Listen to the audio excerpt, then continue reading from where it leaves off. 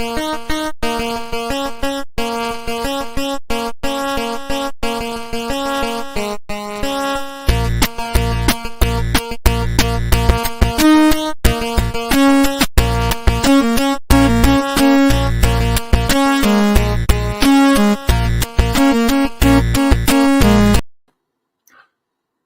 everybody, it's me, Remy the Comic Book Poser, and I'm here today to welcome you to Enter the Poserverse. It's Thursday of what feels like the longest week of my life. I almost thought I would sleep through the show tonight, but I did things to make sure I stayed awake, because it's Shop Talk, baby. We're ready and raring to go. Excited to talk about this week's books. I was ignoring Jelly in the background while I was trying to figure out what in the hell is going on in all of these DC annuals that came out this week. Not good. Did not like for a bad. And we're, of course, waiting on those bums from AMKM to come in late because they're on their own California boy time. So who knows? But I'll bring on my partner in crime, who is back in the Great White North. How you doing today? Ooh, you got some camo on today. Well, hey, I'm back in the land of the forests and snow, so I got to play the part. Nice. Yeah. Supposed to get snow tonight, so. It was like 30 over the weekend here, and then it was like 68 to 70 today. So yeah. Kansas is very famous for its bipolar weather. Yeah, if you don't like the weather, wait 10 minutes kind of thing. Yeah. It's DC annuals. Holy crap. They just pumped them out this week. Yeah. No staggering of them, just everybody's getting an annual. Yep. I haven't read the villains one yet, but we'll get there in a second. Did you have any problems getting any of your titles this week, or had the delays kind of even themselves out around you? So I switched over to AMKM. Oh, that's right. So they're shipping my books, so I haven't gotten them yet. So for anything that I bought that I wanted to read, I usually just read digitally. So fair. Yeah. I think the only things that I didn't get this week are my Mad Cave books that for some reason those come in usually the next week over.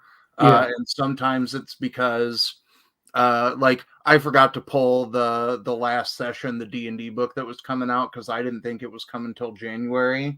But sometimes they'll come out right that week, and then sometimes it'll be the week later, and it might be because I'm the only one at my shop getting it. So sometimes it's missing from the order, but everything else at both of the shops I go to, from the shit show that was last week.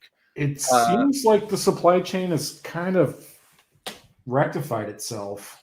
I think we're back on track. Kudo, for as much shit as we talk on Diamond, I feel like we do a good job giving them credit where credit is due. Yeah.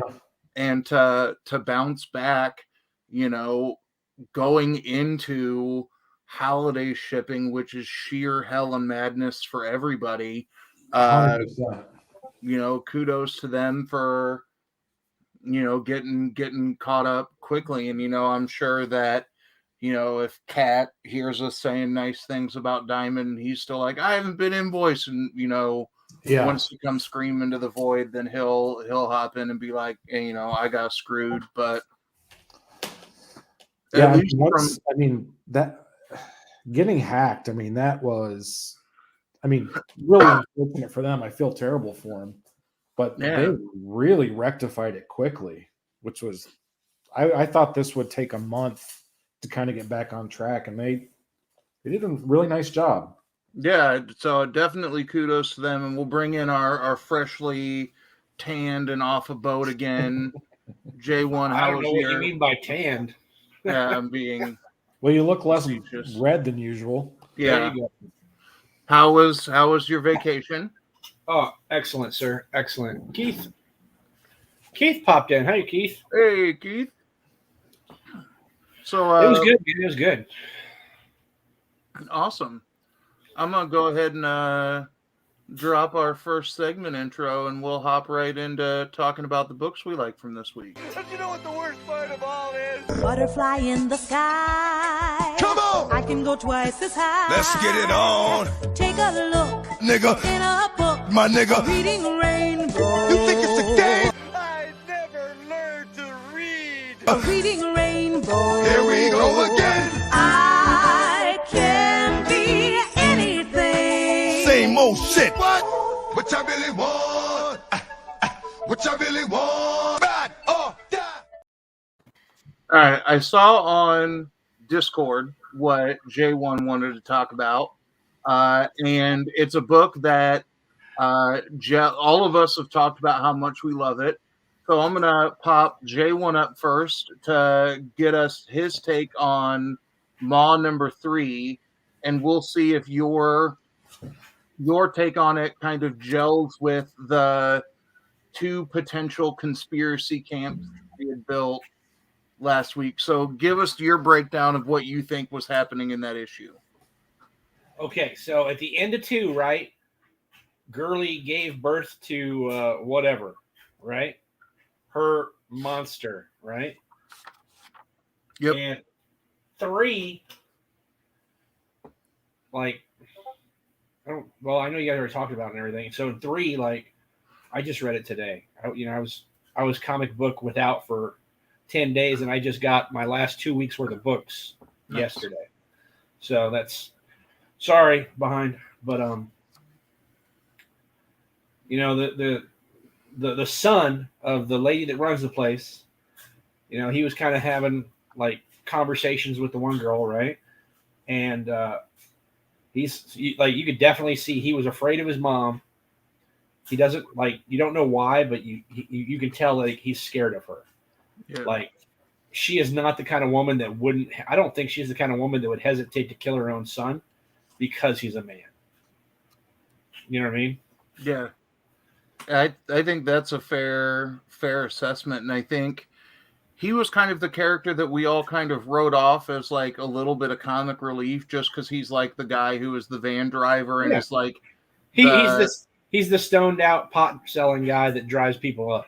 Yeah, but there's definitely more layers to that onion with each issue. Mm-hmm. So my theory of this book, or of what happened in 3, is kind of hearkening back to what I said about, page 2 of the first issue, that I think this is all of her trauma that has been bottled up. She is now giving birth to her rage or her trauma, as it's been said. And I can't believe that they're going to wrap this up in 2 more issues. 5 issues total. Like, that blows my mind that they have just now, and at the end of 3, right? Yeah. Now she is some sort of blood-sucking beast, right? Like webbed fingers, webbed feet. She bit the dude's head off. Yeah. It was crunching, and then it had the slurping sound. So you're like, she is literally lapping up his blood. Yeah.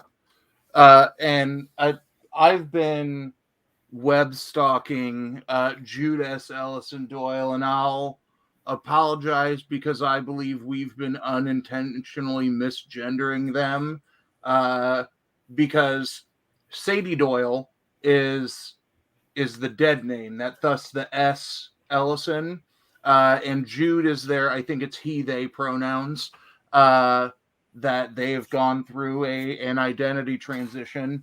But I think I've been stalking everything that they've written of recent, and it's like, say that there's a second arc, like say that you're working on something, you've got some kind of big announcement, because in the same way, we were wondering with something like Something is Killing the Children, how in one arc you're like, okay, what are they going to do now that the monsters in this area are dead, and they find a way to take the turn.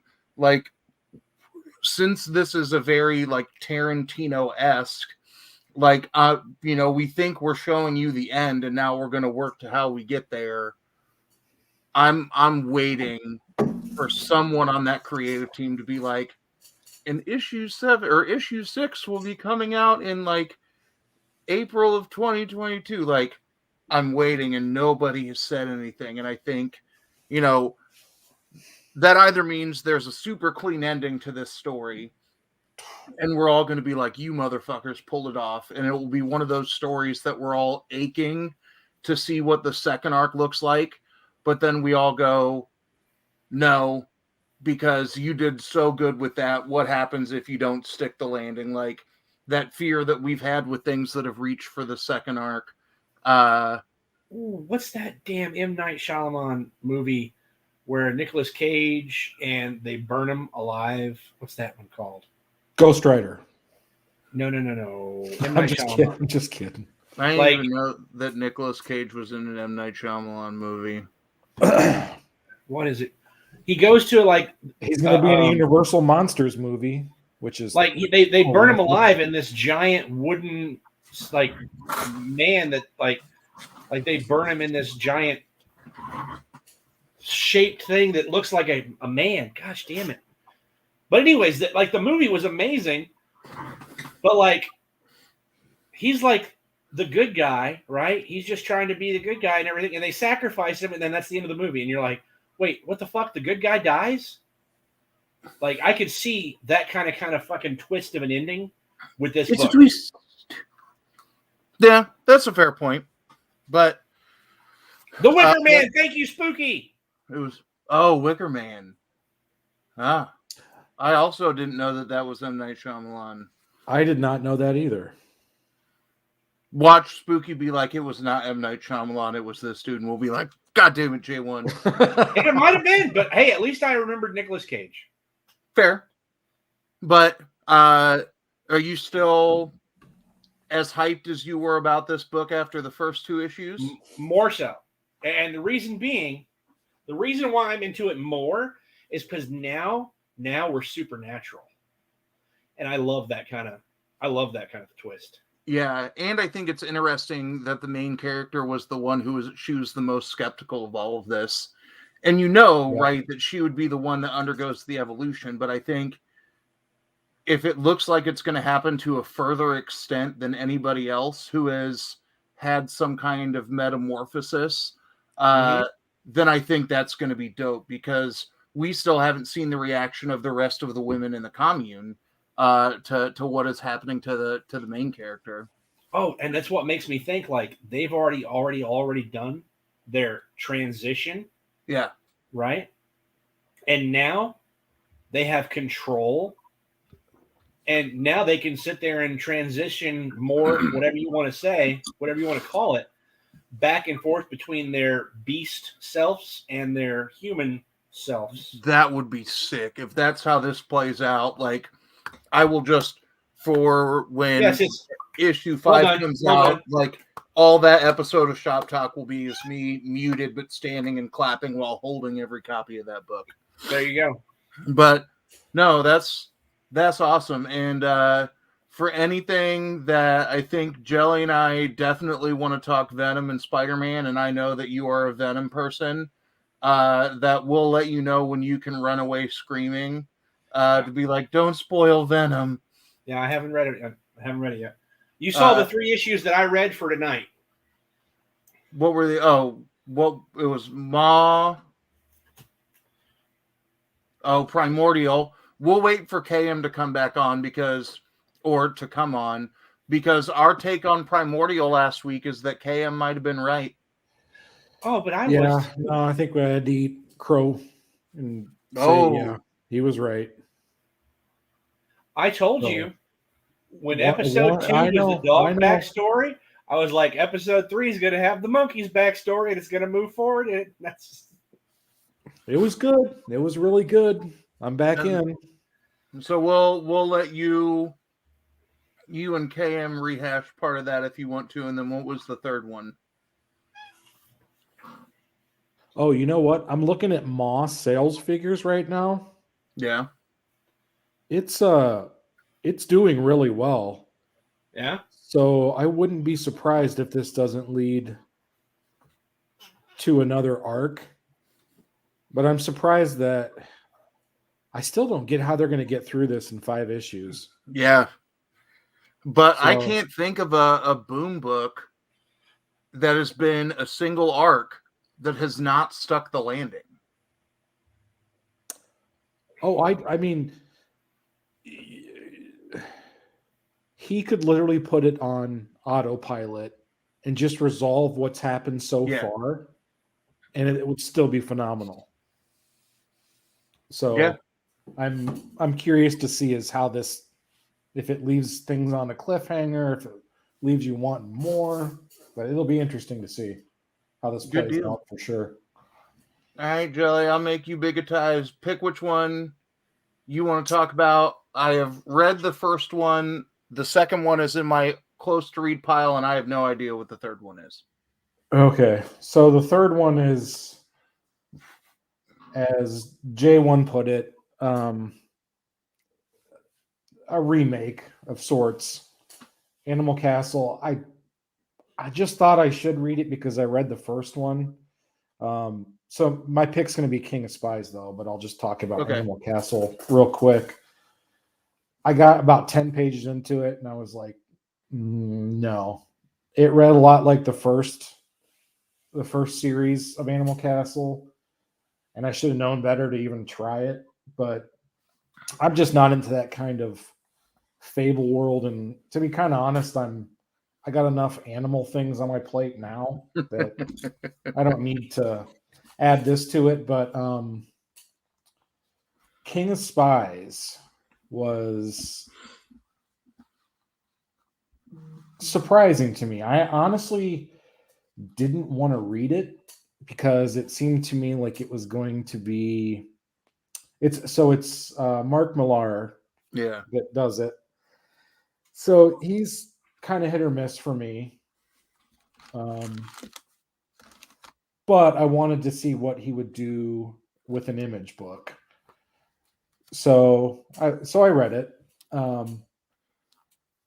And I really like the art. It's got like this. I don't even know how to explain the style of the art. I don't want to say it's got like this British feeling. It's got this kind of 60s kind of vibe to it, like this. I don't know how to explain it, to be honest. What I'm comes into my flipping head through is it to like see if kind I of can like get a sense. late 70s punk rock kind of vibe. I don't know Yeah. why. I'd have to sit here and unpack that in my own brain. But so I didn't want to read it because to me it looked like it was just going to be a James Bond kind of rip-off story. And this is typically what I would read if I was reading like fiction novels and stuff. I like spy stuff and things like that. So I got into this book, and it starts off like just basically like an action movie. So you're kind of going through things. Everything is happening really quickly. There's not a lot of context. There's not a lot of it's the reason why action movies are good is because you can watch the action, but Mhm. there's not a whole lot of substance in the story there.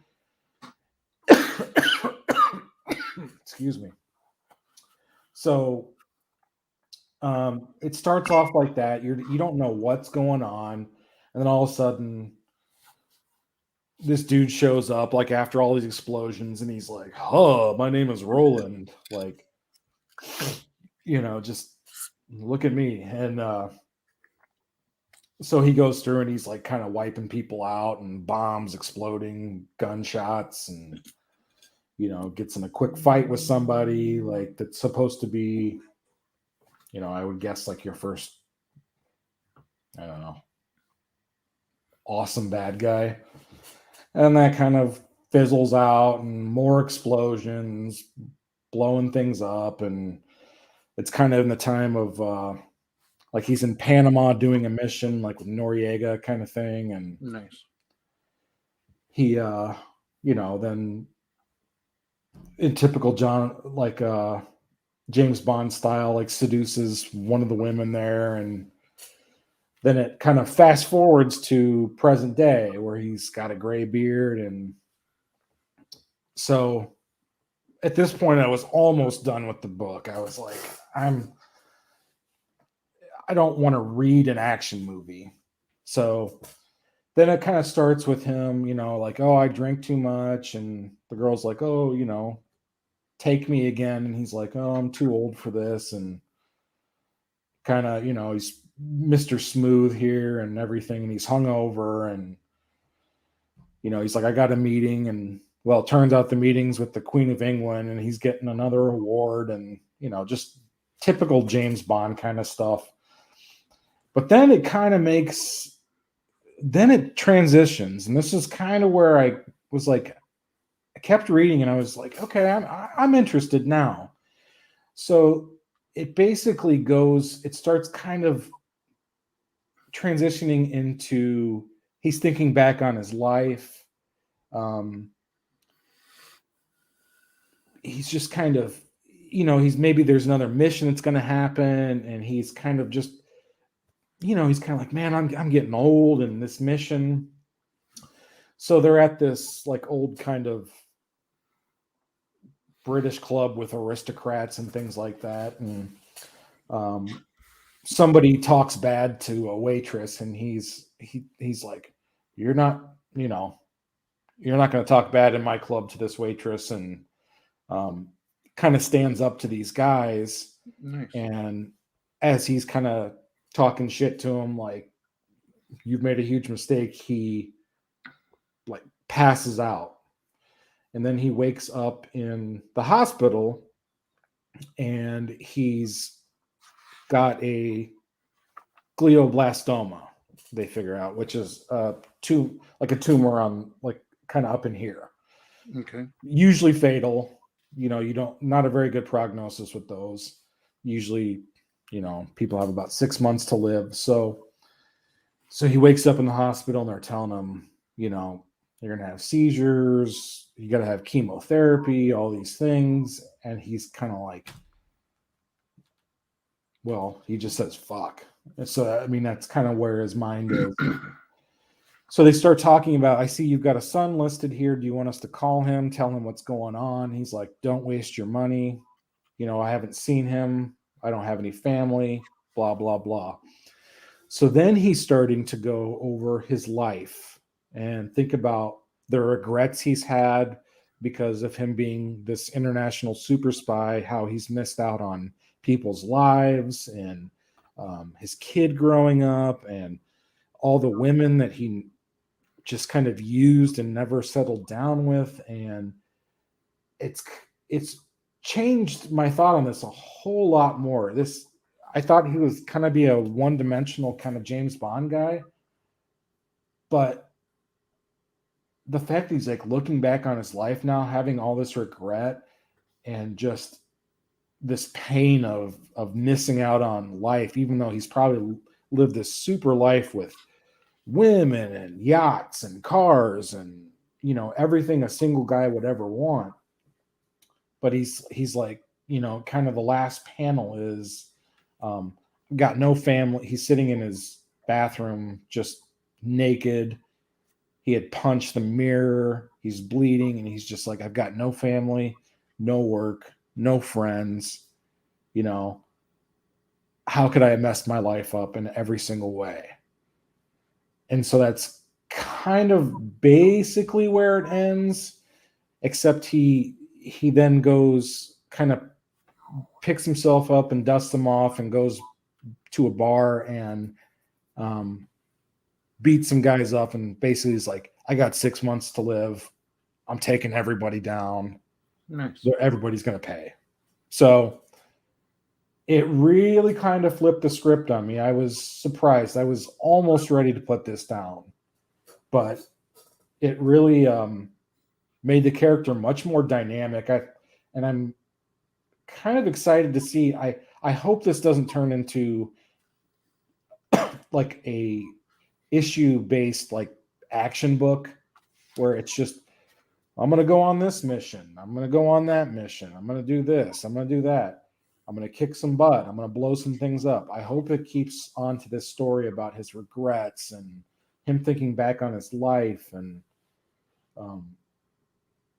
those kind of things, because this could be a really interesting character that Mark Millar came up with. And I'd like to see, I'm in it for the next issue for sure, but I'm not like super hopeful about it. I like that breakdown, and that feels something that's pretty similar to the mold of the kind of character that Mark Millar does, right? Like his work with like Kick-Ass and Hit Girl, what he did in like Jupiter's Legacy is that he takes some of these tropes and finds a weird escape hatch to make them kind of self-reflective or self-critical at times. And I think that I didn't think he would get to it this quickly. Yeah. Is what was surprising about it, because he usually does take the archetype and then kind of make a little twist with it, makes him a little more human and stuff. And this is kind of a different character, this kind of like James Bond super spy for him. Yeah. So I didn't think it would get there that quickly, but it's well told so far. Yeah, and I mean, it's only 4 issues, and I didn't know that until I looked at the it is 4 copyright issues on the inside. But, like, I was intrigued by that premise as well, right? That the solicitation paragraph was, you've got a superhero, a super spy on his deathbed as he is, fading to black. What is the last step for him? And I think that's interesting to watch him play with it like that. And I think, if you are the kind of person who picks up books for spec value, I think Mark Millar books always have some kind of inherent spec value because of that big fat deal with Netflix. Yeah, this was, I think, created for Netflix. That makes sense. Netflix. That I could see this as an episodic pilot, right? That if I could see it in the same way that we were talking about Primordial, right? That the front of the book is some kind of event in the past, and then the end of the book is the present, which is kind of how this issue is written. And I think that would be kind of interesting, seeing how he, decides to reorient his priorities in a world where, he had this glamorous life that we sexy up and have that phase that we go through where we want to be James Bond. Yeah. And then at the end of the day, everything is so clandestine and forgotten that, he's miserable and left with nothing. But I think there's definitely that kind of value, because if this was one that is written for Netflix, then you can tell that this is kind of one of those books on the first page, like where it's, the Image Comics and it gives you all the copyright information. It says created by Mark Millar at Netflix. So, and I don't think I've seen that in any of the more recent stuff that he's I don't think I've either. So I'll have to look at one of the new Jupiter's Legacy issues that I've picked up. But I mean, I agree with you that there are elements of some of his books that he's been hit and miss for me. Yeah. But I think from what I made it through in this thus far, I think I'm in the same boat that you are, that he got the premise hooks into me early enough that, unless issue 2 is just, big kick-ass action explosion, right? And we don't get James Bond, the final chapter, then I think this will be one of those. Usually if it's a 4-issue series and I pick up the first 2 anyway, it's like, okay, I'll pick up the rest of the set. It's only $8 more. But I think this could be one where it's like, I don't foresee any kind of value coming back my way, having a full run of this. I don't think so. I mean, not big value. I mean, if it does get picked up at Netflix, it's not going to be a monster. I mean, you'll have your couple 2 spikes, with a trailer and then before release, but I don't think it's going to be monstrous. Fair. I do like the different covers that have come out for it. The one that I have is Yeah, it just had some really cool covers. I kind of like the Union Jack that is draining, and the fade of all the bullets, the cigarettes, and the whiskey, that you get elements of kind of that glory of the spy. Hey, my buddy Cole's in the house, and I'm about to shout out Cole's channel inadvertently with one of my picks of the week. So I'm gonna mention two books really fast. The first one is Cross to Bear #2. I talked about issue #1 when it came out. This is the book that is essentially Jack the Ripper, but set in the Wild Wild West, and you find out that the main character is part of like this old Masonic order that fights serial killers and other things like that. You see an explosion of that in this issue where holy shit, Jack the Ripper strikes in a glorious fashion. The art is very good. The way that the main character's past kind of haunts him in the present is interesting. And it's one hell of a follow-up to a book that I really enjoyed. But the book that I want to spend a little bit more time talking about is, I think, the second book that I read this week. And it's Hotel Volume 2, issue #1. It's an AWA Upshot book. It's written by John Lees, Dalibor Talajic on the art, and Lee Lofridge on the colors. You should check out it was Monday afternoon. Comic Burrito went live on an interview with John Lees, who is the creator of this and a few other AWA titles. But this is one of those books that I could kind of put in a similar area to what we were talking about with Moths. So if you didn't read volume 1 of Hotel, essentially you have this hotel that people check into, and all kinds of tragically wild and warped shit happen there. But everybody who ends up at that hotel ends up because they have, some kind of big skeleton in their closet. And the way that the first arc kind of ends is with a hotel burning to the ground, and you seeing like this demonic presence that, kind of left the grounds. And I think everybody's take on that was like, that was awesome. We would love some more. Here's a little thread of maybe what we could see in the future, but if it ends, it ends. Cole, to answer your question, I am drinking an Imperial Pilsner from Fields and Ivy Brewery here in lovely Lawrence, Kansas. It was either one of those or some Robitussin or something. Yeah, or some Red Stripe. I haven't had a Red Stripe in a while. Oh, dude, when I was in the Bahamas, I tried to order a Red Stripe, and they're like, we don't have any. Yeah, that's like going to Australia and ordering a Foster's. Yeah, I know. You know what? I wanted one. Isn't even really Australian. I know. Yeah. Foster's Italian for beer. But what happens in this book is you've got a family who ends up at this hotel, and the father is kind of a failure at being the provider. What's going on, Christina? The orange koozie is no Crudo. But he ends up there, and the wife and their 2 kids are left at the hotel every day, and you hear creepy things. The daughter goes missing. The son kind of feels washed over.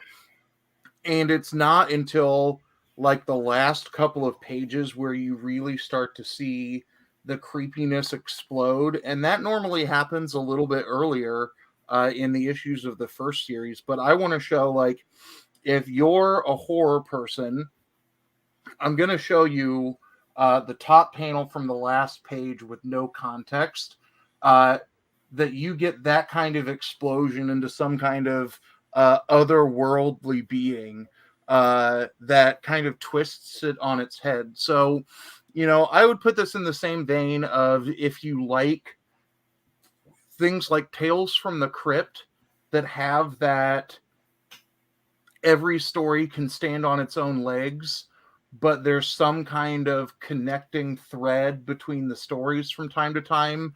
But I also, in the same kind of way, if you liked like the Roger Corman horror films that, aside from the weird sex that happens in those films, if you like that kind of odd, obscure horror, that's the kind of stuff that you get from this book. And I loved it a lot. I don't know if either of you read the first volume of Hotel, but I think knowing the things that both of you all like, I think you would enjoy picking that up in trade if you haven't. I have the first one in trade, and I ordered volume 2, and I haven't had a chance to go through that one yet. But I really love the cover art on that book. Yeah, it's really good, and there are a couple of variants of these that I'm going to hunt down and get. But this is one of those follow-up books where I was excited to read it. I was a little hesitant where it's like, oh, it ended on such a strong note. Are they going to do it? And then I felt bad for doubting it. I think they stuck with the same formula, kind of. Yeah. And I think if you didn't read the first volume of Hotel, then you're not going to miss out on much, because you get that, kind of the same premise of setting the stage of what is creepy about this hotel in the first page, where it's like, if you need to know the premise of the first series, right? People end up at this, cursed hotel because they do fucked up things. So I'm excited. It's another AWA book that we've all fallen in love with. Yeah. I can't remember. Oh, I didn't get to talk about it because I didn't read it until Monday afternoon. Moths number 6 came out last week. I cried a lot. And then I got to the end of it and went, oh shit. Because this is one of those AWA books that is written far, far, far outside of kind of their shared universe of the plague and the resistance and all of that stuff. But Moths is dead center in it. And the way that series ends, I think, changes the game for whatever the next phase or the third arc of the Resistance comics looks like. But this is another, absolute hit for me from AWA that, you should gobble this up. That, I think there will be a point where some of this might get developed into some kind of crossover media, but I don't think, you should pick this up for spec value. If you like good classic horror stories, which most of us do, right? Read that book. I just want to know when AWA is going to get watered down and start putting out crap. Like everything they do is good. Well, Dude, they put out good stuff. Yeah.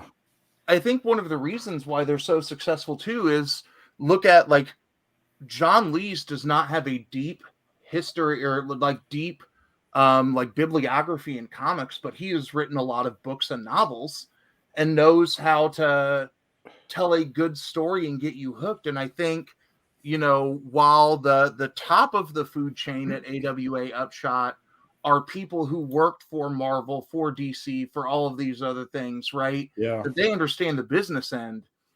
They are targeting people who are really, really, really good storytellers, who are really creative artists, and letting them tell the story that they want, right? That this is not as revolutionary as something like Image was, where it was people, right, riding the lifeboat into their own creative freedom. Yeah. This is people going, I want to tell a story that's different from the kind of shit I normally do.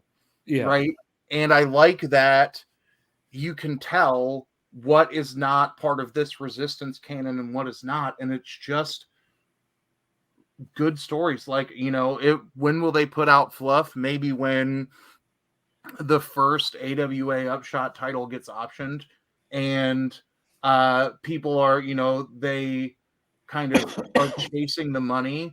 But given the way that Axel, the CEO of AWA, it's just structured so well. AWA is just structured well.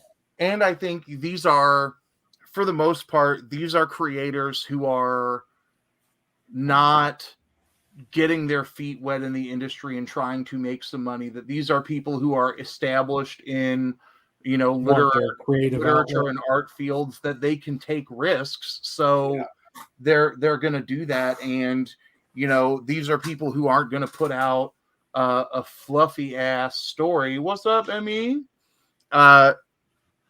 To try and make some cash. That I think they're just good stories. And the wrestling book comes out next week that I also think is a John Lee's book. But even looking at some of the titles that people have written, you've seen an author write 2 books that look and sound exactly different from one another, that you would feel like they're 2 different creators, and they're coming out in like a 2-month period of each other. And I think that's the other amazing thing about AWA and Upshot, is that they go, you want to tell that story? Dope. Yeah, go for it. All right. That's what people like Tinian and stuff just blow my mind, that they can write like 4 or 5 titles at a time that are completely different. And they're just, they're all like just so well told and stuff. Like, how prolific of a writer do you have to be? To be able to do something like that. Because most brilliant creators that establish names for themselves find the genre or the type of story that they're good at telling, and they'll milk that until they're done, right? And Tinian's a great example of that, where it's like, What's his genre? Yeah, his genre is fuck you. Like, I got his good genre stories to is tell. Batman, Detective Comics, and fuck you, I'm going to destroy your world with whatever else I want to write that's going to blow your mind. Yeah. Like I think we talked one time about Tinian's emails from his Substack. Yeah. Oh yeah.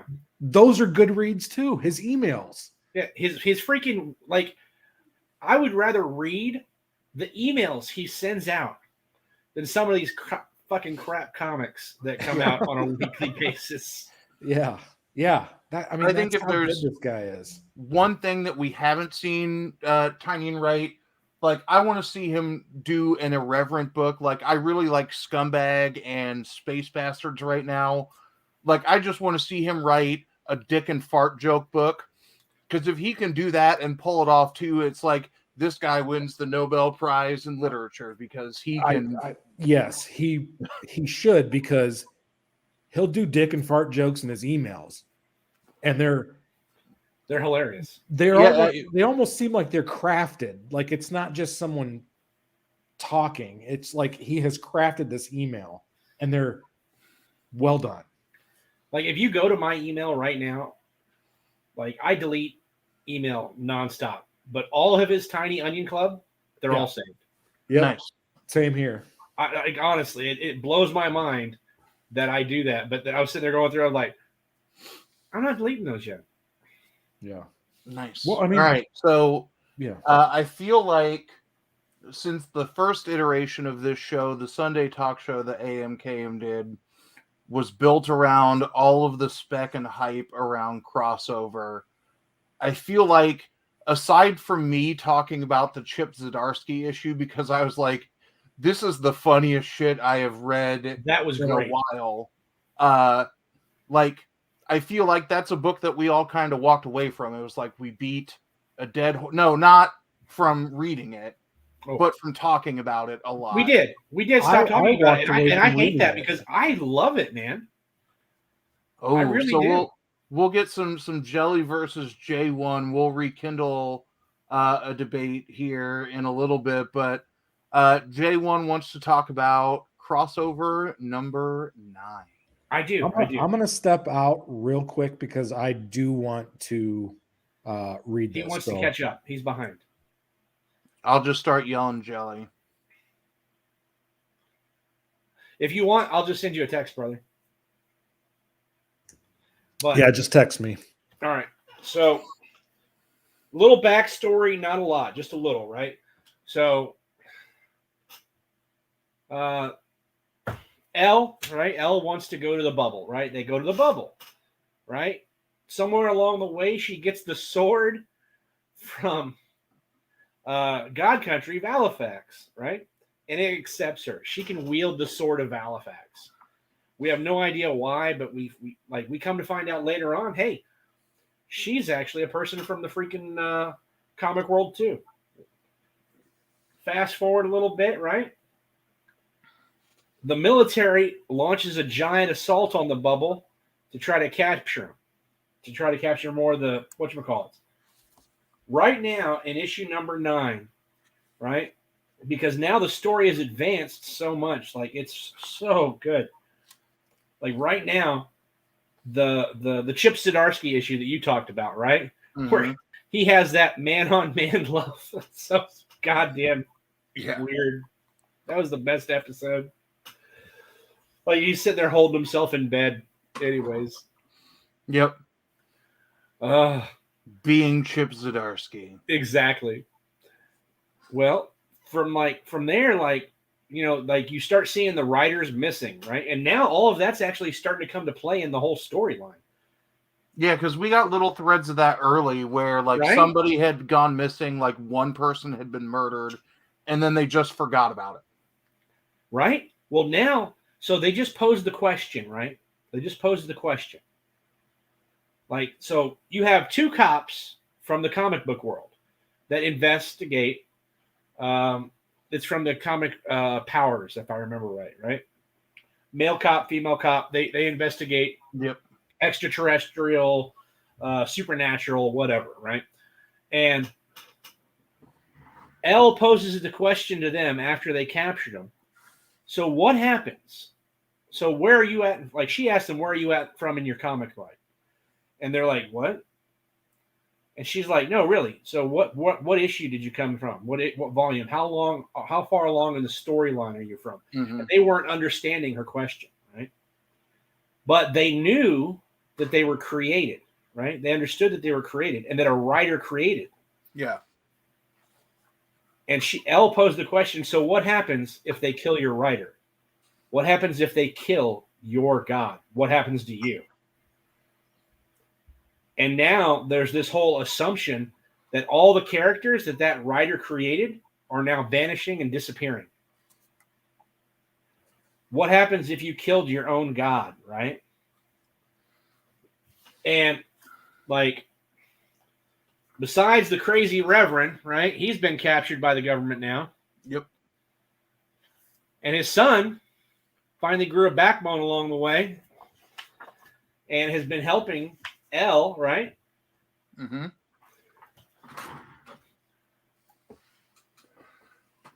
Because the son was the one who was sent to kill the kid at the very beginning, right?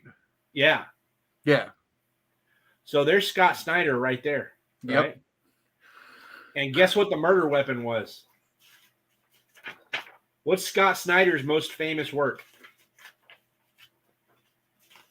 I mean, is it the Court of Owls arc of Batman? Yep. So what happens if you kill your own God? Yeah. Right? Who's the only other creator? Like, we know that like Brian K. Vaughan has been killed or he's missing. Oh, dude. So far, right? So they just killed they killed the writer of Saga. What's his name? Brian K. Vaughan. Yeah, Brian K. Vaughan. So he's dead. Scott Snyder's dead.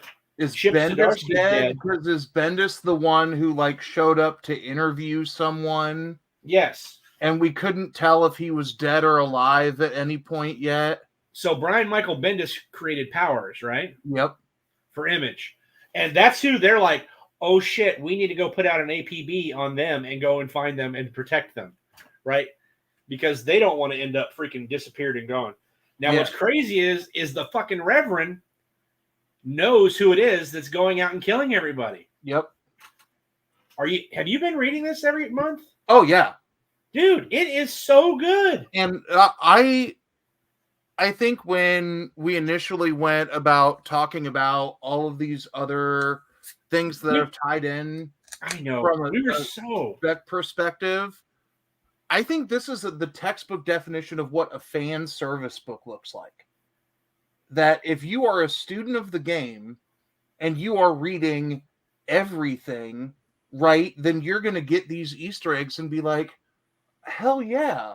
Or if you go in there and you're like, ooh, this is something that I'm not super familiar with, then it drives you to want to read it, right? To go and read the other stuff. I don't want to pick up the replacements because I think it's going to become, a $1 bin book to a $500 an issue book. Yeah. I want to pick it up because those characters become relevant for 3 consecutive issues, and I want to read it and go, ooh, here's how they could play out now, right? Or I want to go back and reread God Country and go, is there anything that I can see about the relationship between the wielder of Valifax and Valifax to see how it can play its way out, right? Mm-hmm. I love, aside from the Chip Zdarsky issue number 7, which is just there to intentionally fuck with you because that's how, Chip Zdarsky is. So of all the crossover books, right, he always puts either on the back page or the back cover, he puts all those other books that he's been pulling all his stories from. Yeah. Yep. Right? But where is it now? It's not like none of it's there now. It's going to make you work for it. Right. So But now they're so far along in the story that you're going to have to go and look and find, you're going to have to go find God Country to learn about. And I love that L's fucking wielding Valifax. That's so badass. Well, I love how decisively meta this issue makes it about where are you at in your existence, right? Are you a character that is tied to your storyline, or are you a character that now exists in the wild? And then playing with this notion of the death of your writer is the death of your god is something that is phenomenal to me as a philosophical question to play with. And I hate that they left this off, right? What's your point? My point is your point. My point is the point, the only point, which is if all of us are simply at the whim of the person who created us, Ellie, who made you. Yeah. And then they don't talk that storyline is like they don't talk any more about it in like the rest of the book. Like you're like, no, I want to know what. Well, who the hell was it? Who made him? Yep. Who made her? Does she know? Because she talks about how they should all know who their own goddamn god is. Yeah. Anyways, no, I'm really enjoying freaking crossover. Yeah, me too. That it's been an interesting premise, right? That I think divorcing it from the fact that all of these characters are nods to other stories, just the looking at the pure notion of the crossover between fantasy and reality. Yeah. I think this is where we finally start to get the meat of that paying off. Right. And I think issue number 9 gives a lot more context to the Chip Zdarsky issue. Was 7 the battle? What? Was 7 the battle? Which one was the battle? 7 was the Zdarsky issue. 6 was the battle. Yeah. You actually had like 6 there were 17 different comics that they drew from. And so I like how crossover. Yeah. And I like how, that Zdarsky issue, which feels like one of those weird, like, palette cleansers that comes out between arcs sometimes, and you're like, this is just weird. This is a transition. But that very much now is what set in the breadcrumbs for that entire exchange, the entire interrogation. Yes. And Kate's is smarter than all of us, right? That I will tip the cap there. What's going on, Carlito? All right, I'm gonna tell Jelly he's good. Yeah. Yeah, dude. And then when Jelly gets back, we'll let you run away for a minute because Yeah, I don't want to hear that yet. it's Venom time. So we'll send you a message when it's safe to come back and unmute your Jelly can return the favor and text me. All right, sounds good. Later, bud.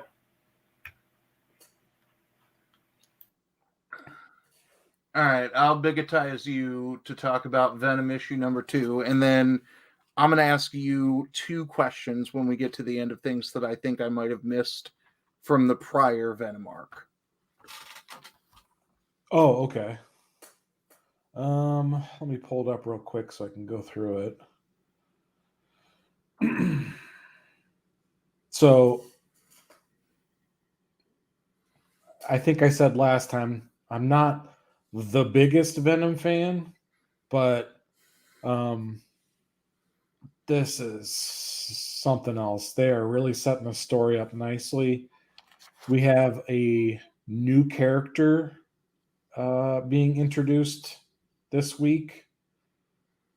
Let me just type it in.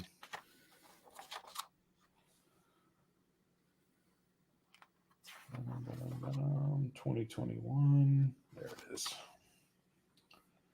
All right, so let's pull up issue 2.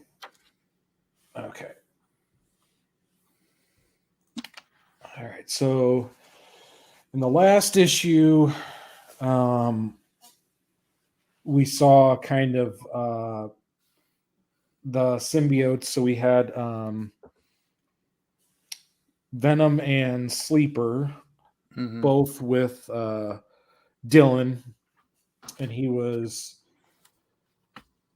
kind of reconciling Eddie Brock's death and kind of striking out on his own.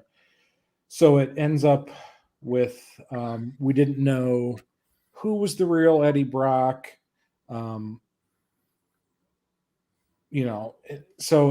Anyway, at the end of the last one, they blow up the hotel where Eddie Brock is at, and he dies.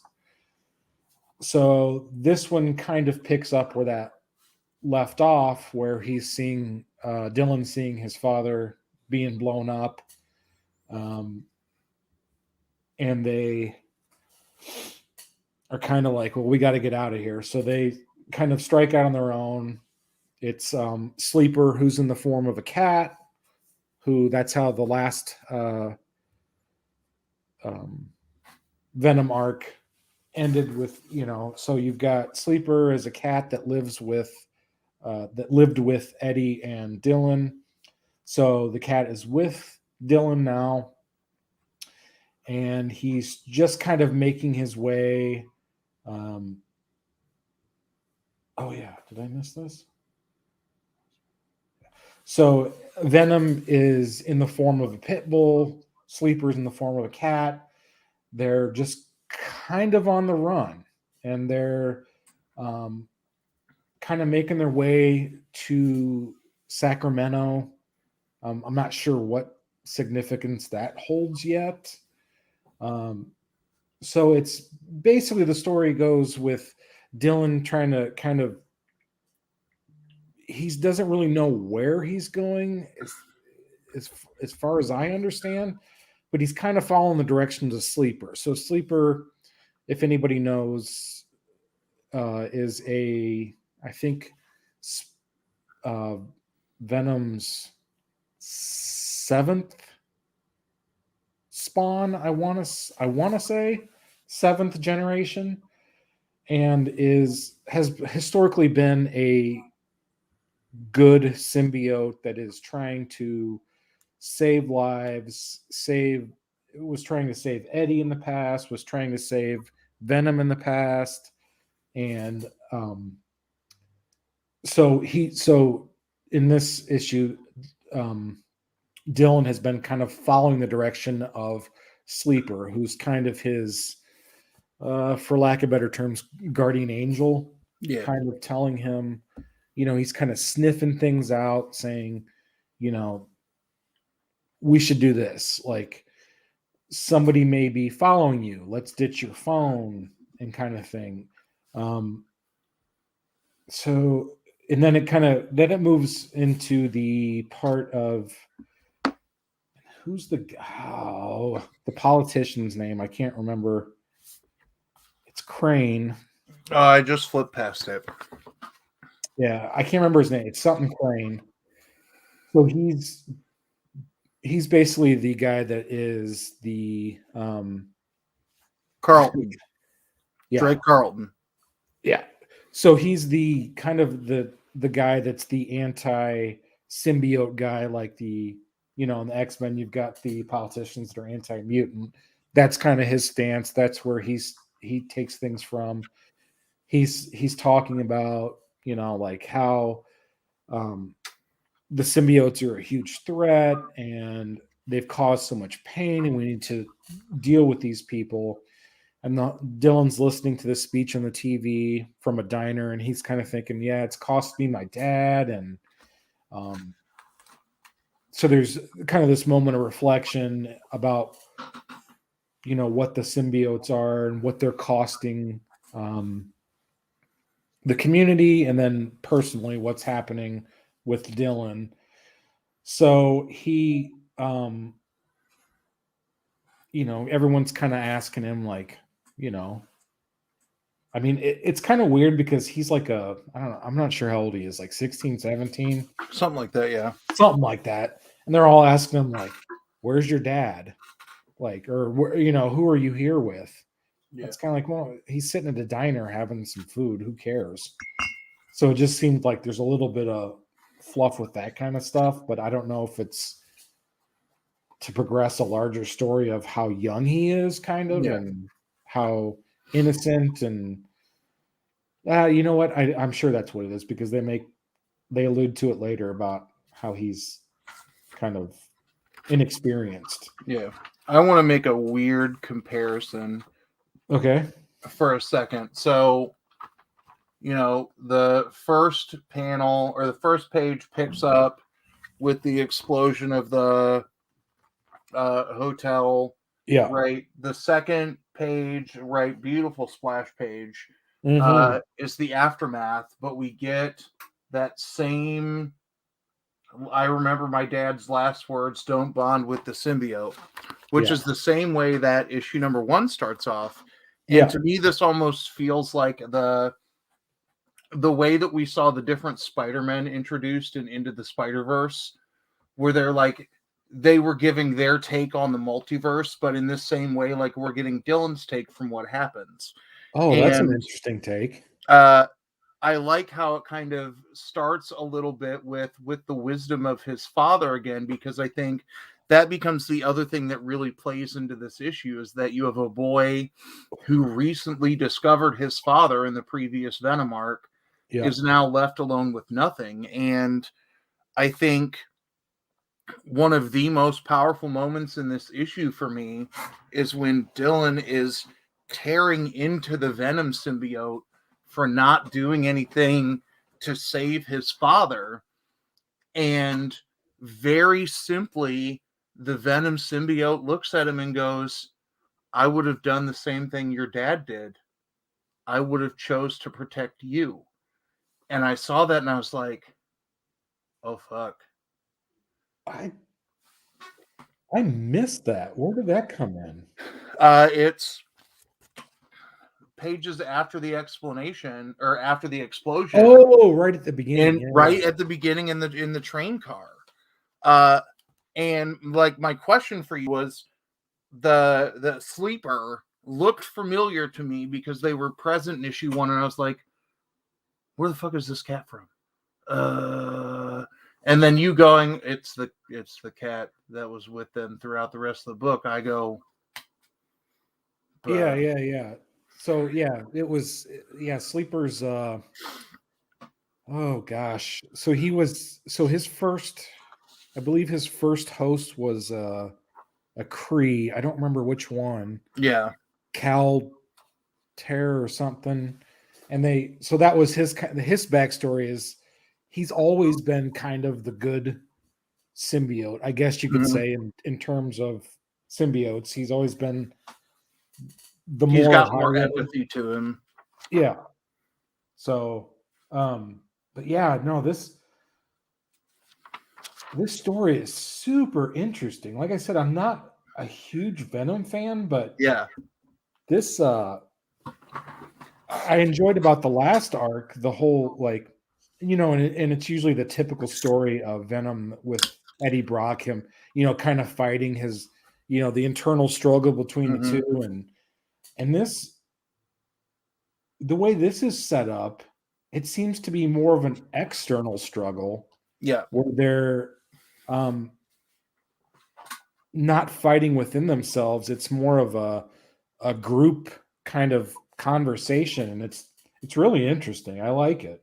Well, and I really like how, right, issue 1, you saw that like both Al Ewing and Ron V were credited in it, but Al Ewing was the lead on that Yeah. one. Al Ewing's name is not on this book. This one's got the big old V on it. Yeah. And I almost am wondering, right, because this is what they are doing on Spider-Man right now. It's what they've got coming up on another couple of titles in the spring, where you have 2 writers on a title I was going to ask you about that. that are switch hitting.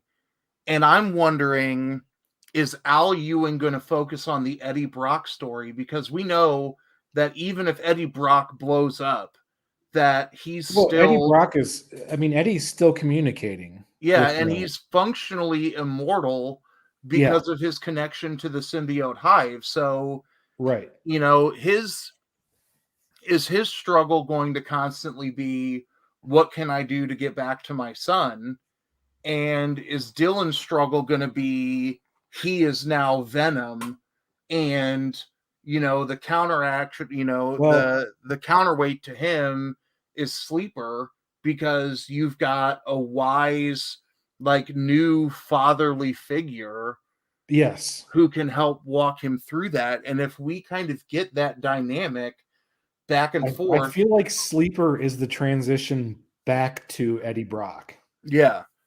And I mean, I liked it. I like how we didn't get a lot of conflict of the world in issue number 1. That issue number 1 played off of just the tumultuous nature of the end of King in Black, and Eddie Brock is cleaning up the evil symbiote mess across the universe. But this one, now we see a present, physical threat in the political structure, as you kind of identify. So I really am intrigued by the idea of playing with all of the threats that Eddie Brock is going to play with, aside from all of the time hopping stuff that we talked about last, with issue number 1. Yeah. Like, there are going to be lots of layers to that. And I almost think we're going to get a coming of age story of the kid, of Dylan, 100%. becoming Venom, in the same way that we saw, Peter Parker embrace his powers as Spider-Man, but in a darker and more traumatic fashion. And while people may not know that Dylan is Venom, right? All of the evil symbiotes, right, know that Dylan is Venom, and that he is the holy grail that needs to be taken for whatever their nefarious plan is. So now, if you've realized, it doesn't, in this so far, I don't believe, it looks to me like they're kind of alluding to the fact that they haven't merged yet. But I think we know it happens. I mean, are we supposed to know that? I mean, because there's the don't bond with the symbiote. Yeah, it keeps going like the don't bond. I think we get. Do we see it directly happen? No. I mean, there's a couple panels where like he is clearly the Venom symbiote is. Yes, he's clearly the symbiote, and then there's Dylan's one body. They're kind of torn apart, and I thought we got language towards the end of issue 1 where it was like, if you don't think that we bonded, you're naive. So I don't think we've yeah, seen it I think you're physically right. happen. I think you're right. Yeah. So I think we're waiting for that moment, for that conscious decision. Because if Dylan is constantly hounded by don't bond with him, and in that very hard moment of trauma, he says, and you that was didn't kind of protect my dad. alluded to my next thing, where this kind of the whole book, it was like, don't do this, and then you went ahead and showed later when he gets trapped in the alley at the very end. I think that when they threw the smoke bombs in there and nobody could see anything, Yeah. I think he made the decision to bond, and it happened right there. And that would make good sense from a scared kid perspective, right? If he's trapped and he thinks he's going to get marched on because they'll have the tech to see through the smoke. Yep, because I there's think that could be snipers a at the good roof. There's people on each end of the alley. They've thrown smoke bombs in. He's trapped. What's my way out? Yeah. So, and I'll make sure when we post this as a podcast, I'll try and slide in more of a spoiler alert. But I think we are now 9 episodes of this show in. They should know. You know, if there are 2 books that are inevitable for Jelly and I to spoil, it's going to be Spider-Man and Venom. But so I'm intrigued by this new character as well. Yeah. At the end, she just kind of showed up and popped one of the teams that was trying to trap Dylan, and basically said, I've been following you. Yeah. So it was a nice little cliffhanger for the end. So I'm interested to see what what's her name? Archer Lyle or something. Mm-hmm. Yeah. So I'm interested to see what plays out with this character. She seems like a badass. Yeah. And I mean, absolutely killed it. And I know we were off last week because of Thanksgiving. Did you read Kate's on Hulk? No, I actually talked about that with J1 when he got back. I'm not sure if I bought them. I don't know how quickly I'm going to get to them. Do it. Yeah. Yeah. Okay. Because the premise of the issue is we think of Bruce Banner and the Hulk as 2 separate entities, right? And that when Bruce is the Hulk, Bruce can never be in control. Yeah. The premise of what Cates is doing on Hulk now is, what if Bruce Banner is a fucking asshole and uses the Hulk as an excuse, as a mask? What did I walk into? Interesting. Yeah. So both of you read Hulk #1 as soon as possible. Okay.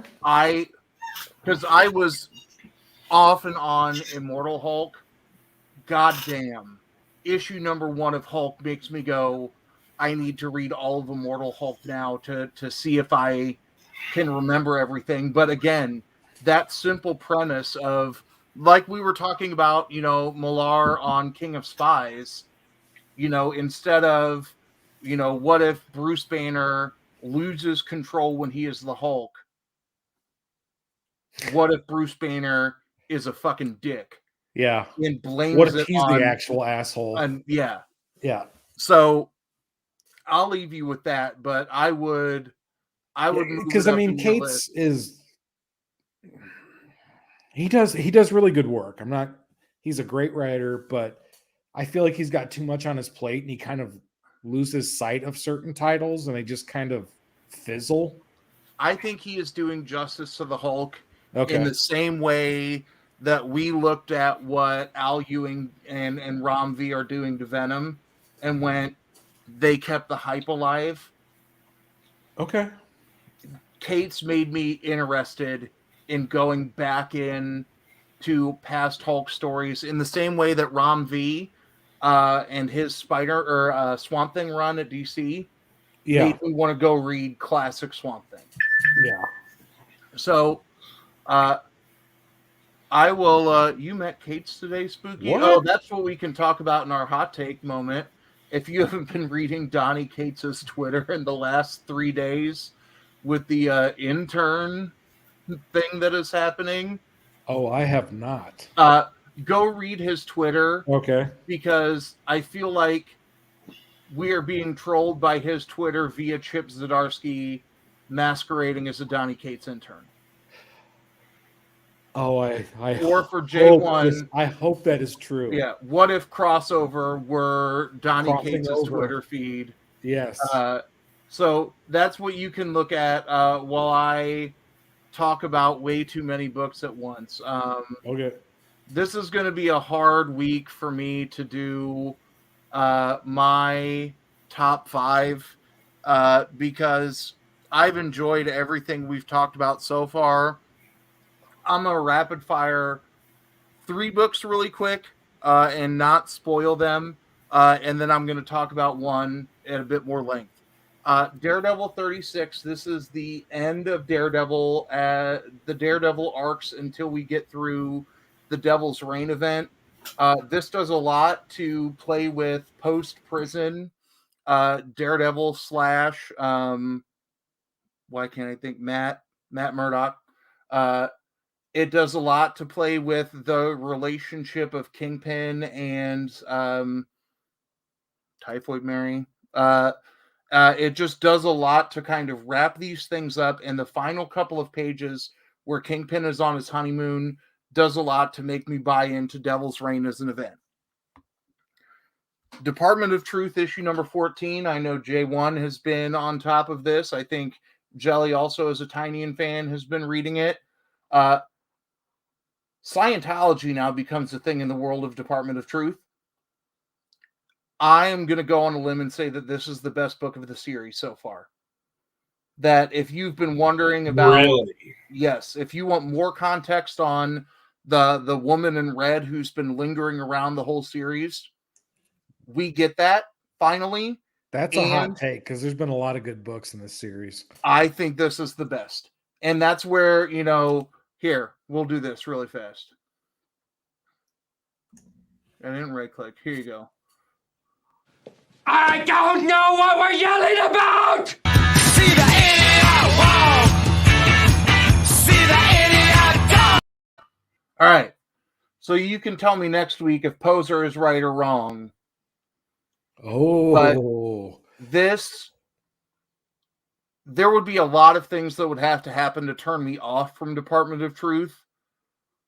I don't think that there's been, since the first arc, a book that has made me just absolutely salivate to read the next one. This book gets me. It hooks me real good, and it's not just because Scientology becomes a thing. But yeah. The third one that I'll rapid fire through, I don't know if Jelly picked this one up digitally or not yet, but we'll mention Spider-Man. I know we both read the issue before this, and we did our best job not spoiling what was on the last panel. But if you didn't read between the lines, the last panel in the issue before this is that Kraven is back. Aside from hating Nick Spencer's dumpster fire of abortions of a run of Spider-Man and going, what he did with Kraven's hunt in that was brilliant. Yep. Kraven is back. I was like, is this the one that ends with Welcome to the Circus? No, that's Kate Bishop Hawkeye, which is also a good book that's not in my pile to talk about right now. But fuck yes, real good. The book I want to spend a little bit more time on, and then we can talk about Donnie Cates' Twitter feed, is a book that I think I might have mentioned. I think number 1 might have been in my weekly picks the week it came out. I'm absolutely in love with with this current run of Darkhawk. It's issue number 4, and I remember reading the original Darkhawk in the 90s, but I also would have been, when it came out in 1991, I would have been like 7. I know that I've collected some of the Darkhawk books since then, but I have not read them. Oh, that's fucking right. ECCCCCCCC. Damn it, Spooky. I'm jealous. Oh, crap. I need to look at the... Exclusives? Yeah, Emerald City. I have to look at their special stuff because they always have the best variants at Emerald Mhm. City. So here's what's been happening in this issue, or in this iteration of Darkhawk. So the main character is a high school basketball star who finds out that towards like the middle third of the first issue that he's got multiple sclerosis, and it absolutely turns his world upside down. I mean, this is like what happened if high school LeBron James got MS, right? Because LeBron James was one of the first high school basketball players that got modern media coverage, had, they've been able to make LeBron sneakers when he was in high school. Like if the image and likeness rules that existed now existed a decade ago, or more than a decade ago, I guess. He's that kind of kid with that kind of hype. He's got MS, and all of a sudden he can start turning into Darkhawk. What he is, two people might have figured out that he's Darkhawk. But one of the things that he discovers is every time he shifts forms, and he can't fully understand what triggers it, but when he goes in for a follow-up doctor's appointment, he's got more lesions on the brain, and it makes his MS more difficult to deal with when he is in normal form, or in his human form. Sorry, his non-Darkhawk form. At the end of issue number 3, we see Miles Morales show up, kind of like, all right, well, I need to figure out who you are. And this becomes, in the same way that I talked about being excited about, potentially what Rom V is doing on Venom is kind of the coming of age Dylan Brock Venom tale. Here's what we are getting in terms of looking at Miles Morales, who we saw his struggles, in terms of his version of Spider-Man, different from everybody else, about what makes him want to use his powers, right? That Miles Morales has a different path than Peter Parker does, that there's a different kind of trauma and drama that comes from his donning of the spider suit. And it, like, most of this issue happens in a coffee shop where these two teenage boys are talking about their souls in the house. So I hope your box finally made it to you, brother. Because I think, no, either yours or Patrick Kelly, one of yours went to New York before going back towards you, and neither of you live in the direction of New York. But you see a lot of conversation in this coffee shop, and all of a sudden, like, Miles starts texting, and he's like, I'm sorry, I couldn't be rude, because Captain America shows up as well. So you have someone who is, the standard bearer of morality and good decision making and things like that in the Marvel universe, and then you have, one teenager who has gone through that coming of age kind of push, who is kind of guiding another person to it. So you basically see them go fuck up an AIM facility, because that's the, Marvel villain of wanting to take down Advanced Industry Mechanics. But to find out how quickly Darkhawk can eviscerate somebody when he is more conscious of his powers is fucking dope.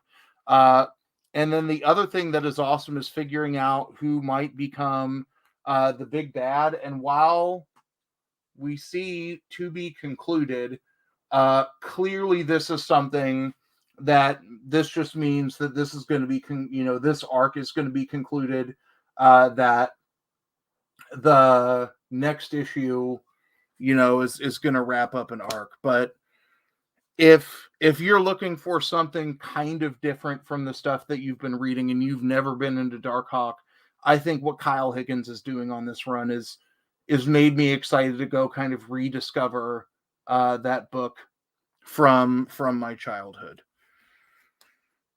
And I think that's everything. Is there something that somebody else had listed that you wanted to talk about and you didn't get the opportunity to? Oh, because KM never showed up. Yeah, that jerk. To talk about Primordial. So here's where we'll talk a bunch of shit on AMKM. Fuck those guys. both of them, mostly AM. And here's what you learn from Sold Twice's 2 responses to his box coming to him.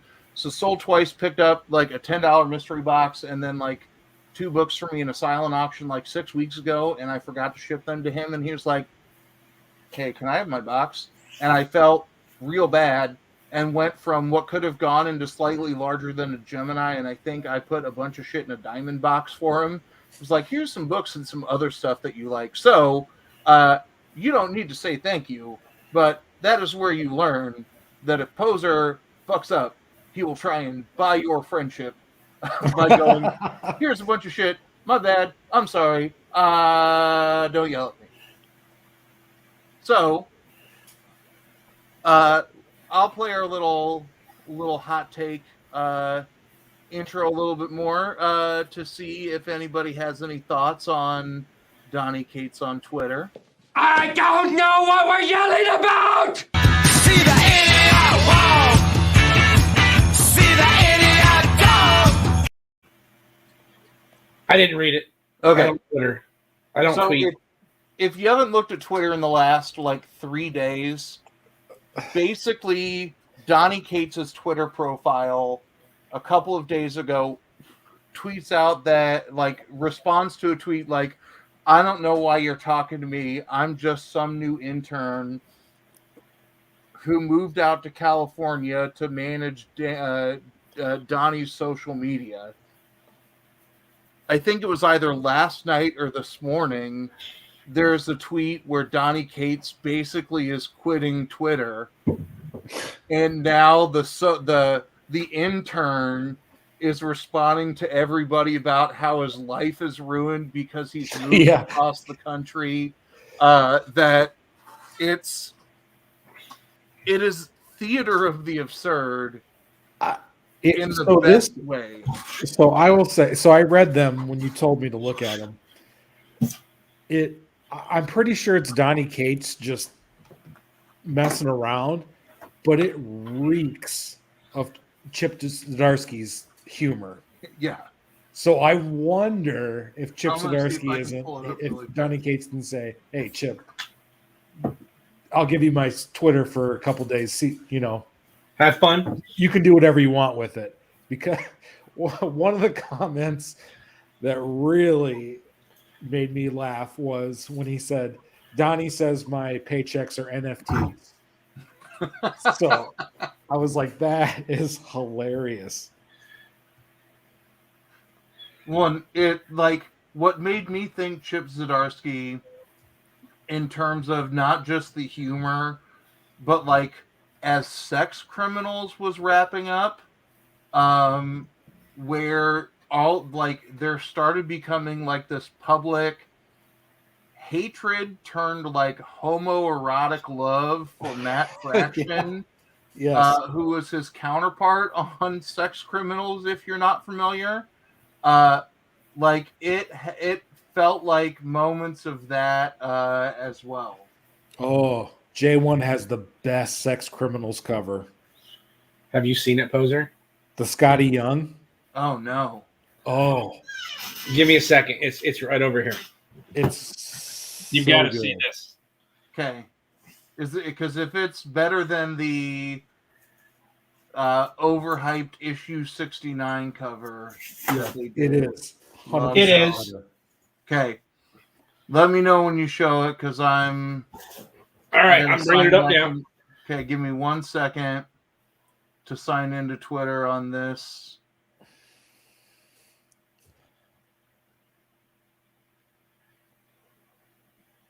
I don't remember my password. Do you, Google?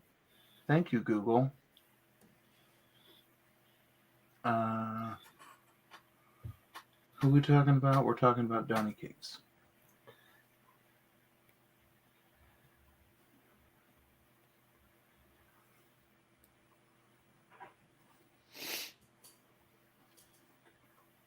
So yeah, this cover, as far as Scotty Young goes, is a masterpiece.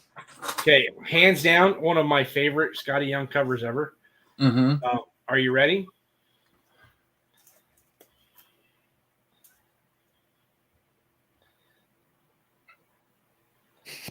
I want it. Is that Chip Zdarsky's signature on the tip of the dick? Yep, and then Scotty Young's right beside it. Look at the weapon he's got in his hand, right? So hold on, let me move this a little closer. It looks like a Mjolnir dildo. It is. Good call. I need to find that. Isn't that amazing? Oh, so that's issue 25, but he calls it number 69. Oh no, it says 369. I was like, did he call that issue 69 before issue 30 became issue 69? That is amazing. He says the price of it's $5.69. That's amazing. I need to find that cover. I love it. Yeah. Double signed. All right. Can't be upset with that. Yeah, that's PC all the way. Yeah. I just want to... I'm going to go back and screen capture that because after Monday's auction and I photoed Cat 60's head on top of my topless body, I'll definitely Photoshop somebody. That was one of the funniest things I've seen in a long time. So, like, here's the pinned tweet from yesterday. Because KLC Press is the new Kate's and who's the other person on that Substack?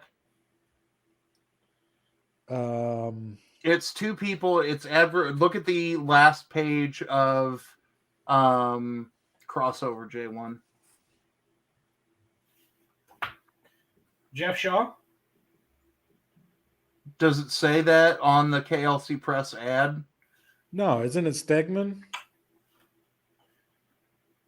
It says, okay. I'm pretty sure It's KLC Stegman? is Kate's and Stegman. Kate's and Stegman. Makes sense. And this is, God bless it, I hope that, this is completely off topic, but I just saw it. I hope to God they continue with this story. The One You Feed. Oh, yeah. It's a digital comic that he came out. He only did one issue, and it's fucking amazing. Is that a Kate's book? Yeah. The One You Feed. And like I said, you buy it digitally, and you only pay what you want, right? You pay whatever you want for it. Oh, so it's a donation thing? Basically, right? Yeah. But I'm telling you, man, I was like blown away how good it was, and I was like, yeah, it came out months ago. I'm really afraid that I'm going to go down this Substack rabbit hole because, like, Kate Stegman, you've got Zdarsky, you've got Tinian. Like, I mean, I'm going to get on Kelly Thompson's. I'm on Scotty Young's. Oh God, and Scotty Young's got one too. Yeah. Oh, there you go. Papa wants that big dick. What's up, Papa? But that's like, gonna be you're gonna have to pry that dick out of my cold dead hands. Please screen cap that and take that out of context.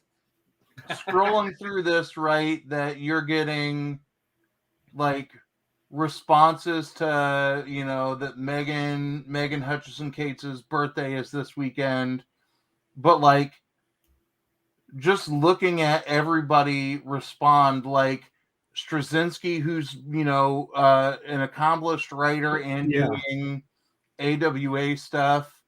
I like this. I'm going to use this as a pull quote. But like looking at where this started as, I am an intern. Yeah, I think it's Kate's, but it does reek of Zdarsky. Yeah, it's definitely not an intern. I would love it to be Zdarsky, right? Or even, that I would also love it to be his wife, because we know what she can do through her art, but I haven't seen a lot of like writing or interview stuff with Megan Hutchinson Cates. So I would love it if she is the troll. How could you possibly be embracing chaos? by J1 showing off a big signed dick and loving Donnie Cates' Twitter at the moment. Chaos, how you doing this evening, friend? Well, look what I can do. You ready? You ready?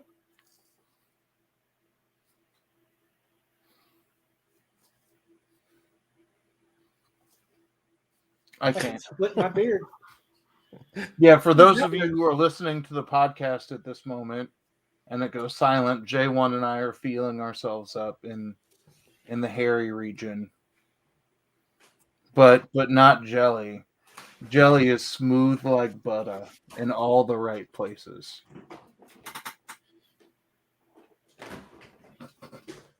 There, how's that? That looks pretty good, right?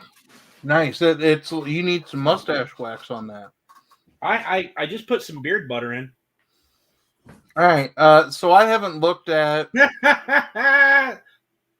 Nice. You look like Seamus really let himself go.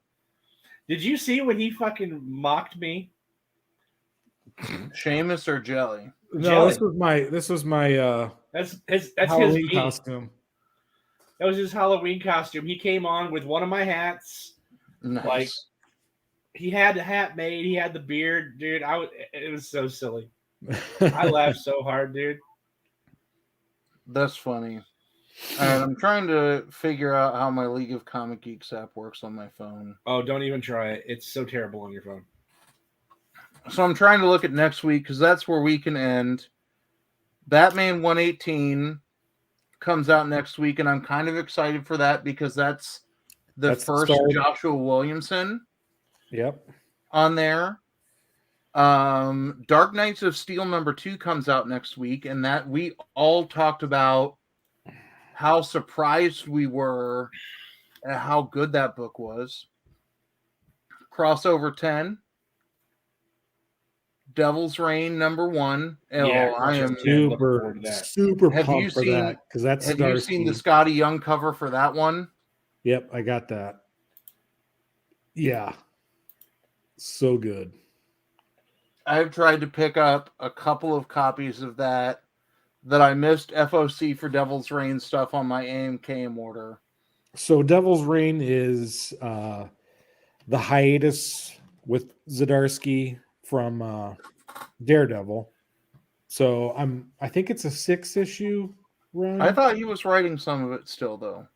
No, Zdarsky is. Yeah, he's writing all Devil's Reign. But it's just that's what he's doing on his because Daredevil from what I we don't get a traditional Daredevil title for a while.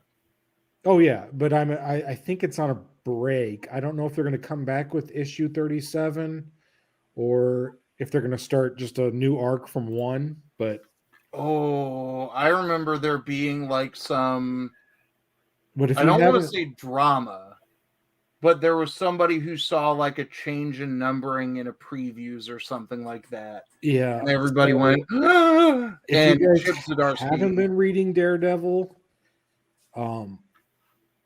issue 36 is a banger. Yeah. So it's really good. I'm really excited for Devil's Reign. Knighted #2 comes out next week, and we talked about the first issue of that. Yeah. Phenom X comes out, and Jelly and I both like the first issue of that one. I'm looking forward to that. I'm really excited for Crimson Cage #1. That's the John Lee's horror wrestling book for AWA. Oh yeah, the wrestling book. Yeah. That looks cool. We get Silver Coin #7. And it's Rom V's issue.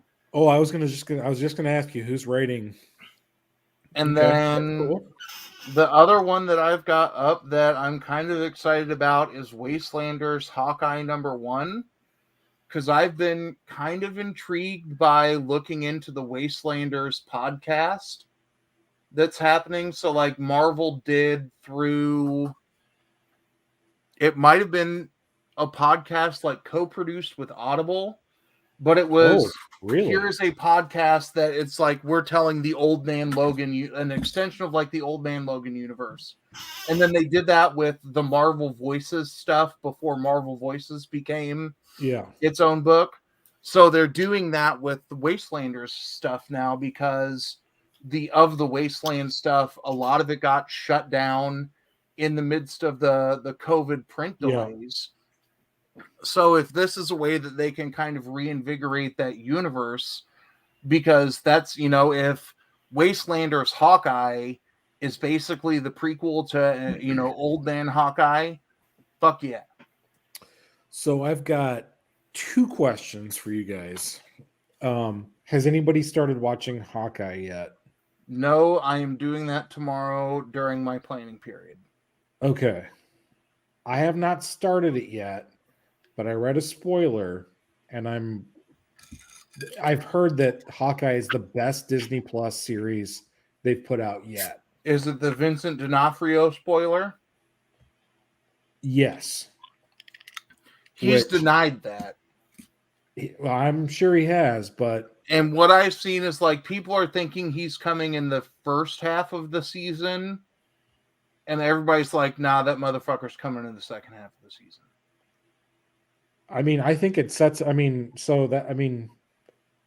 Echo's uncle? Yeah, I think so. Because do we still... I know 1 and 2 came out last week. I think Did we get 3 episode 3? I think 3 just came out. It would have come out, what, yesterday? Yesterday, yeah.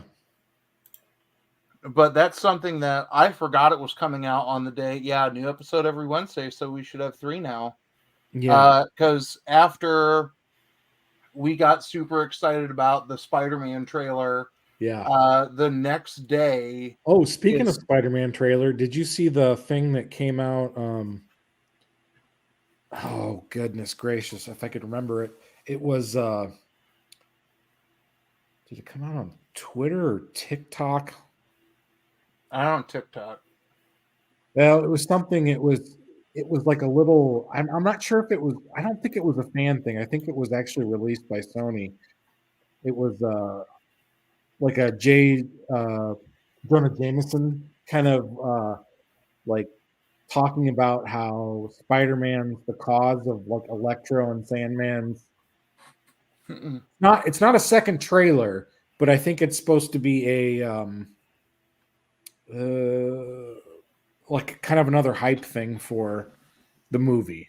I'm excited. Let me see if I can find it real quick, and I'll send you the link. Drop it in the private chat. Yeah, or let you me should see be if I able can to share find your it. screen. But no, I'm excited to check that out. And after we watched the Spider-Man trailer with my comic book club kids on Friday, someone was like, "Have you seen all of these different trailers for Hawkeye?" And I'd only seen like the first one that came out that has Most Wonderful Time of the Year throughout it. And we watched like 10 different trailer clips for that. And I was like, oh, this looks good. And I've enjoyed the bits where we get Kate Bishop Hawkeye in West Coast Avengers. Number 1 of the new Kate Bishop Hawkeye came out this week. And it was pretty interesting, especially when she meets up with her estranged sister halfway through. And then when we find out kind of maybe who the villain might be, there's some theories at the end of that. And I can't remember who posted it, but if you liked the Pizza Dog issue, it was, I think, issue 10 of Fractions. Yeah. I think it's the cover for number 4. The Stormbreakers cover variant is a white cover with her pointing at Pizza Dog, yelling no, like with a pineapple with a circle and slash through it while pointing at pizza. And I saw that. I was like, yeah, I need about 12 of that cover. Like, I'll go all in on that guy. Like, that guy is to me as Scotty Young's penis covers is to J1. All right. So I can't send you the link because it's on TikTok, but it's from the Daily Bugle. And it's a viral video going around. They think it's from actually from Sony as a like kind of a hype video for No Way Home. and it's basically a thing from J. Jonah Jameson saying that Peter Parker is actually the cause of all the like electrical storms and sandstorms, and he's trying to blame it on supervillains, but it's really him. So I think they're trying to do like a smear campaign on Spider-Man as a way to hype the movie. So it's interesting. It's on if you go to comicbookreview.com, it's on there. That might be it, actually.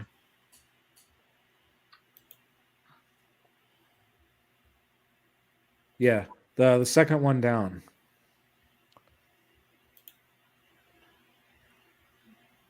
For some reason, my TikTok is being slow to load.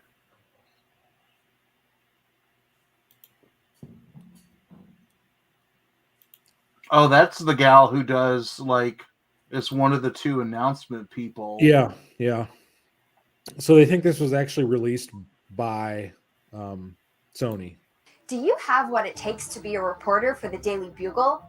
Put your reporter skills to the test with the Daily Bugle Teleprompter Challenge. Duet this and show us you're ready for prime time. Ready, set, go! Okay, TikTok, we have a major story developing in New York right now. We've been experiencing some wildly unseasonable weather in the Big Apple lately, and there has to be more to this. I've experienced some intense thunderstorms in NYC before, but crazy lightning wasn't on this week's weather report. Last time I checked, the nearest desert wasn't close enough to cause a sandstorm in Midtown. Does this mean supervillains are back? Oh, hold on 1 second, I'm getting word from the studio. Yes, no. Yes, sir. No, sir. No problem. My name, I'm Betty Brandt. Yes, you can call me worst intern ever. That's cool. Okay. Breaking news directly from the main desk of the Daily Bugle. According to my boss, J. Jonah Jameson, these crazy weather events are the work of the Spider Menace, trying to make it look like supervillains are to blame. You heard it here first on the Daily Bugle. Okay, TikTok. You. Yes, you. Good citizens of TikTok. So that's kind of... Tell us you... Yeah. So I think these, if people pay attention to this Daily Bugle TikTok account, I think they're going to start releasing little things like that where they're just kind of hyping up the movie. Oh, man. I have to learn about a TikTok now. I'm too old for that. Dude. Very careful. Be very careful. It's really easy to go down a rabbit hole with TikTok. All right, J1 is now our resident TikTok expert. I TikTok all the time, man. No, my kids use TikTok, not Dick Talk. No, I know. Okay, all right, good. I'm good at both. Nice.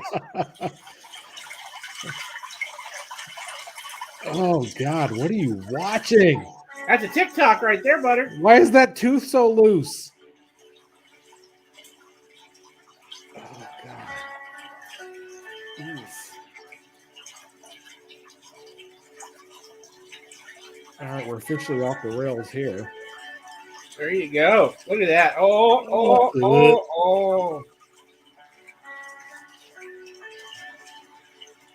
Please Wait for it.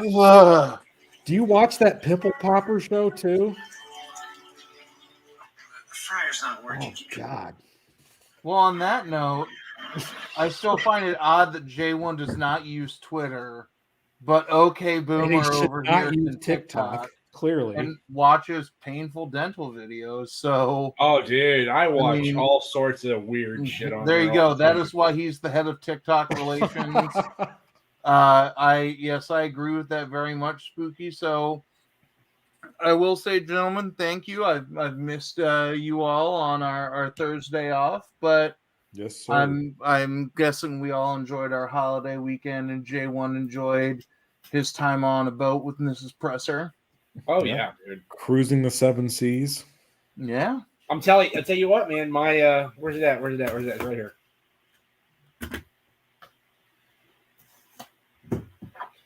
My coin has now been to three continents and 7 countries. Oh, I still need one of those. Well, your coin has been in 13 states. with me. So I promise that it will be in Kansas, and then maybe if number 69, very nice. Very nice. Well, I've enjoyed being back with y'all. I am absolutely gonna try and go to bed since I got 90 minutes of sleep yesterday because I was at the world's longest debate tournament ever. You will see us probably on Sunday for Shenanigans Sunday. Good God. Yep. But we will be right back here, same bat time, same bat channel, for some shop Hell yeah. talk, and maybe those no good California boys will show up, and J1 will have other gross TikTok videos to show us, or another cover of Scotty Young drawing a dick. Dude, I never would have thought he would do that cover. Me neither. And then somebody was like, dude, Scotty Young, because I'm in the Scotty Young group on Facebook, and dude, they're like, Scotty Young did a freaking Sex Criminals. I'm like, no. I'm like, he does like kid stuff. There's no way. And then sure as shit, giant mountain dick. I'm now gonna try and buy one of those when we get off. Dude, I stole that at an auction. Double signed 9/8 for $119. I'm just gonna look for the book. I'll take 3. Holy cow. Yeah. Wow. But as always, y'all, thanks for stopping by. And have a good one.